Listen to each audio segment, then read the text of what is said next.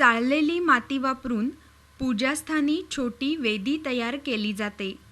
या भूमीची मग प्रार्थना केली जाते. भूप्रार्थनादौ विनियोगः. वेदीवर मध्यभागी जव घालण्यात येते. ओम कलशेषु धावति मंत्रोपचारांमध्ये वेदीवरील जवावर कलश ठेवला जातो. ओम इमं मे गंगे यमुने सरस्वती शुद्ध. गंगा यमुनादी पवित्र नद्यांना आवाहन करून जल घालण्यात येते.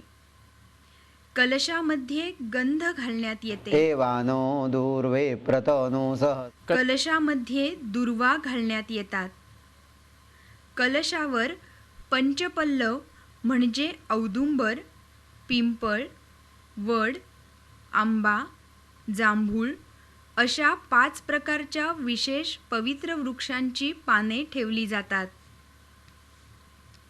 कलशात थोडी माती घातली जाते. या कलशामध्ये सुपाऱ्या घातल्या जातात. प्रथाः च पुष्पिणी.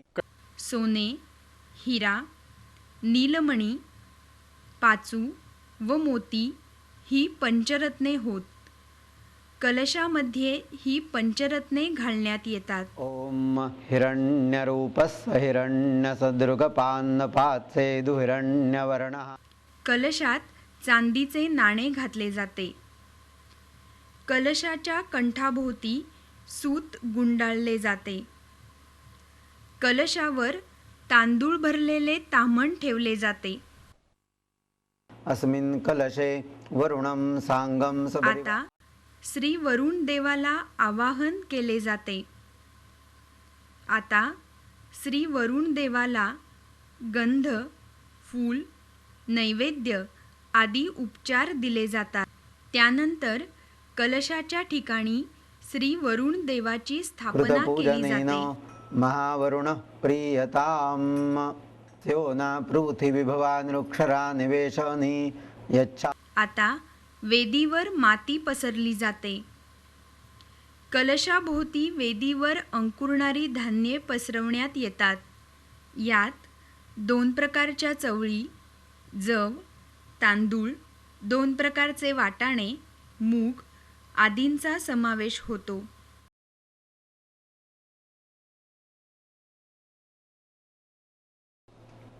ओम येन तोकायतनयाय धान्या बीजं वहदवे अक्षितम्. त्यांच्यावर पर्जन्यस्वरूपी पाण्याचा शिडकाव केला जातो.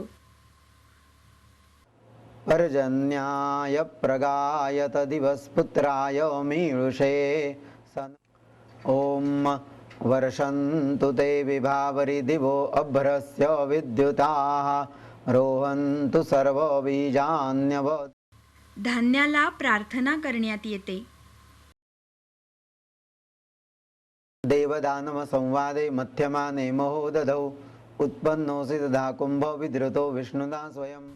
आता देव दानवकृत समुद्रमंथनात उत्पन्न झालेल्या हे कुंभा, तुझ्यामधील जलामध्ये स्वतः श्री विष्णू, शंकर, सर्व देवता, पितरांसहित विश्वे देव असे सर्व निवास करतात.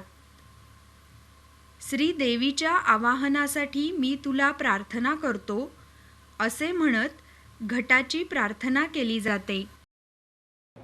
ओम भूर्भुवः स्वाहा. घटाय नमः. प्रार्थनां समर्पयामि.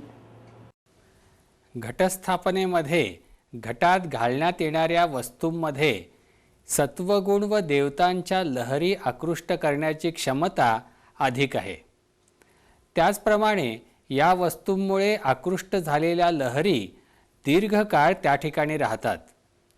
घटस्थापना शास्त्रानुसार केल्यास देवतांचं 30% इतकं तत्व पूजकाला मिळतं.